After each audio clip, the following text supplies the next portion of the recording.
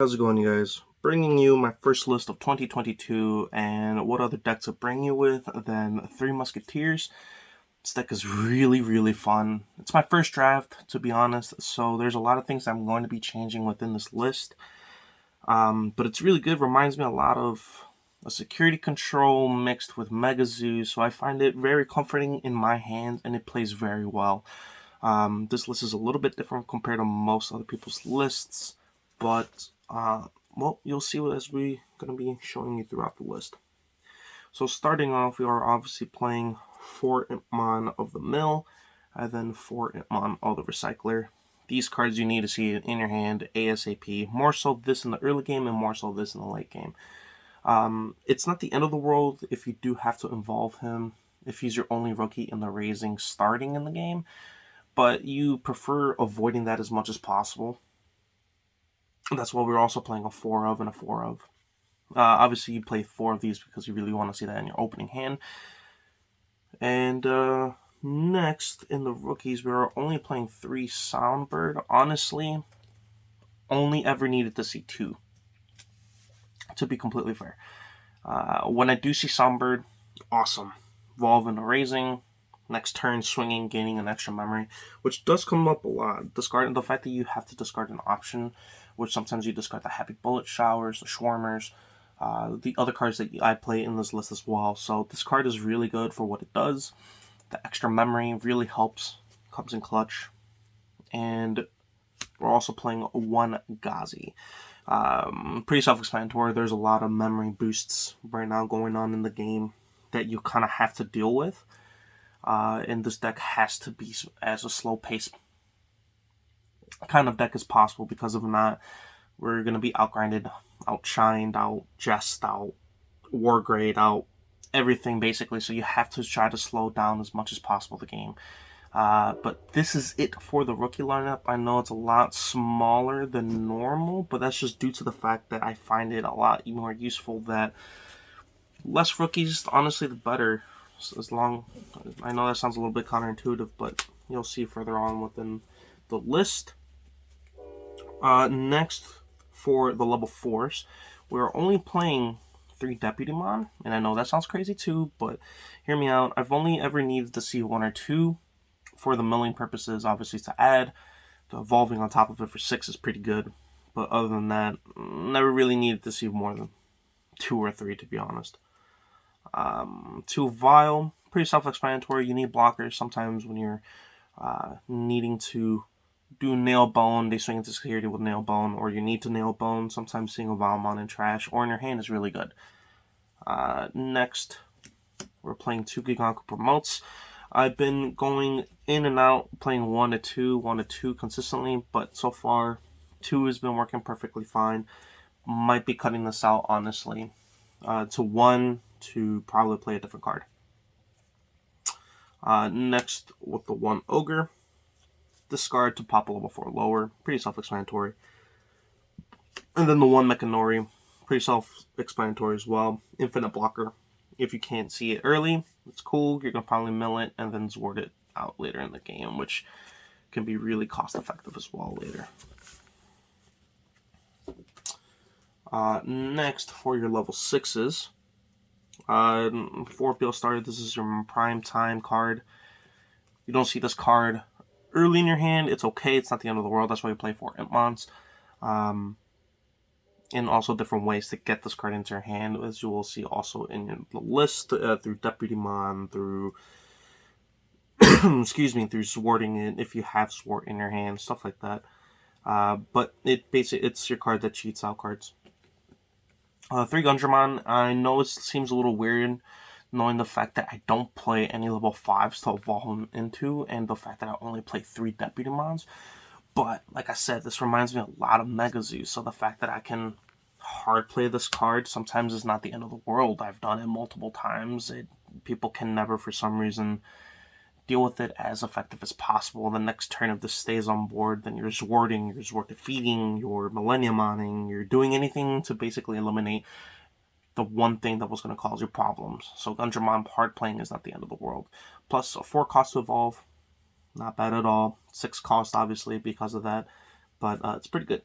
And then the last from my level 6s, I don't play the third musketeer, but I am playing the honorary musketeer, which is the one Beelzebub, which is why you also see me play the 4 and 4. It's pretty good. I like the fact that I could delete a level 4. It's the only reason why. It cheats them out. Evolve for 4 cheat. Boom. Delete something. And on top of that, it's pretty good. I always found it useful. So that's it for the level 6s.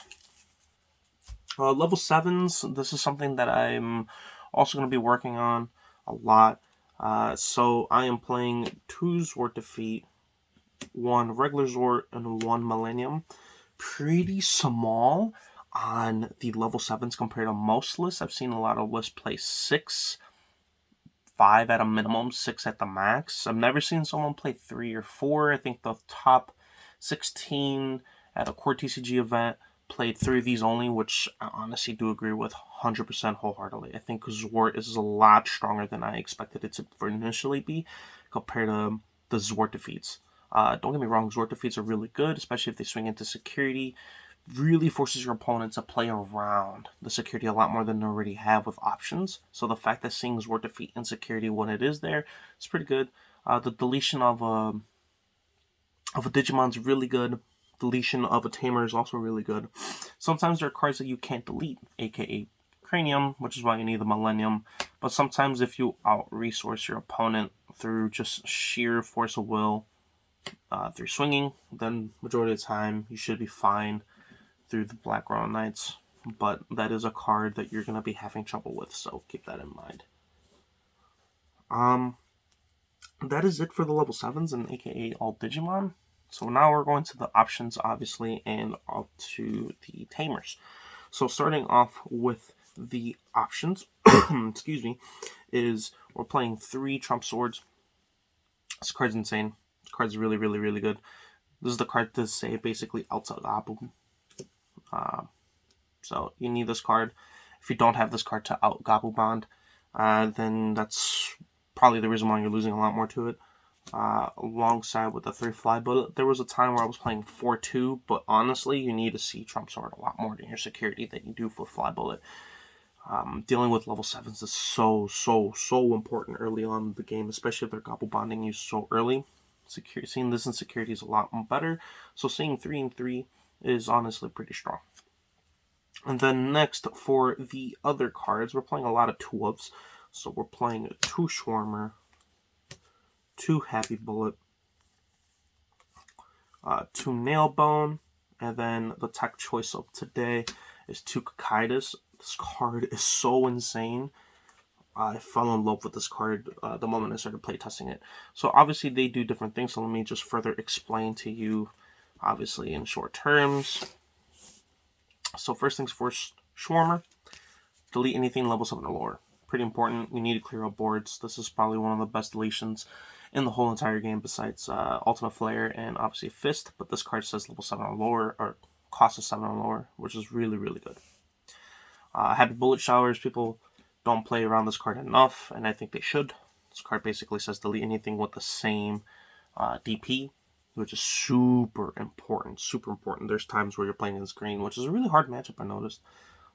They have a lot of 13Ks on field. Boom, they play around. They have to play around this card now. The 2 Nailbones, because it's Nailbone. Excuse me. Self-explanatory. Revival, cheats out. Insecurity, cheat out a blocker. And then the last 2, Kakaitis Breath. So at first I found this card really, really mediocre, to say the least. There's times where you don't want to bounce a card. There's times where you don't want to do certain things because you don't want your opponent to have them in your hand. AKA like Nidhogg, another Gabu Bond, Jessmon, because they can easily build up again once they start rolling them out one at a time. But there are so many times where this card just comes so much in handy. Where this checks into security and you bounce something for free and it hurts them for a full turn. This goes well in combination as well with the Happy Bullet Shower. This card, excuse me, in tangent. So if you, let's say you have a 2-card turn, or you have to Kakaitis some a level 3 to then Happy Bullish Hour, do it. It helps out a lot more. This makes your hand play a lot easier. It just there's so many things you can play around with Kakaitis Breath that I found is super useful. That's it. Oh no, that's actually not it for the options. I'm sorry. And then for the last option, I'm actually playing a 1 Glaive Memory Boost. I honestly want to play 2. This card's super insane. This is basically another. This is another Impomon PT6. This is just a little bit cheaper of a matte Ishida without the consistent memory, which is fine. I don't think it's a bad thing. I honestly think that the tamers are usually not that good to see in your hand. The fact that you have to play for 4 is kind of ridiculous. Compared to this is 1 cost less to see any purple Digimon, which is specific, which is fine. There's nothing wrong with that. Majority of the time, you're adding back a Beelstar. Sometimes you're adding back a Impmon to add a Beelstar to discard something and do stuff. So it helps up a lot more with that situation. I think this card is really underrated for the deck, and I honestly want to play more. And then last for the Tamer, since we're playing Kakaitis Breath, obviously we're playing 2 matte Ishidas. This card's super insane. Super insane. There's so many times where your opponent just does not play around the matte Ishida. Gives you 1 free memory boost. It's a 2 cost. You can memory choke with this card. And majority of the time, once you're getting to the 8s and lowers for your Beelstars, this card really comes in handy. It helps you with another memory gain. When you're at 2, it puts you to 3. You have, let's say you have 4 in trash to play your Beelstar. You put them to 5, which is huge. It's a really awkward number to play around, honestly. So I find Mad Ishidas really, really helpful. And once you have 2 of them on field, it's kind of difficult for them to play around 2 memory gain every time. They'll put you on 1, you go to 3, no matter what. They put you at 3, you go to 5, etc., etc. So I find it super, super, super helpful.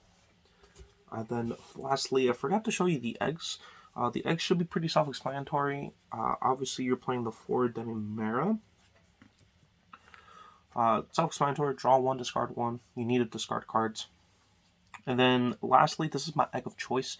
I found it a lot more helpful, but I'm slowly changing these around. This is more of a flex spot no matter what. I play Sunomon for right now. The card's really, really good, but I tend to actually like Xiaomon a lot more. Card is really good. There's so many times we're going to be milling early on in the game. You're going to go to 10 trash super easily in this deck around turn 1 or turn 2. Depending on how your opponent plays, obviously. But this card right here gives you the fact that it gives any rookie retaliation is super, super big. I find it a lot more useful, honestly, than Sunomon, and I'm thinking I'm going to be switching these out lastly.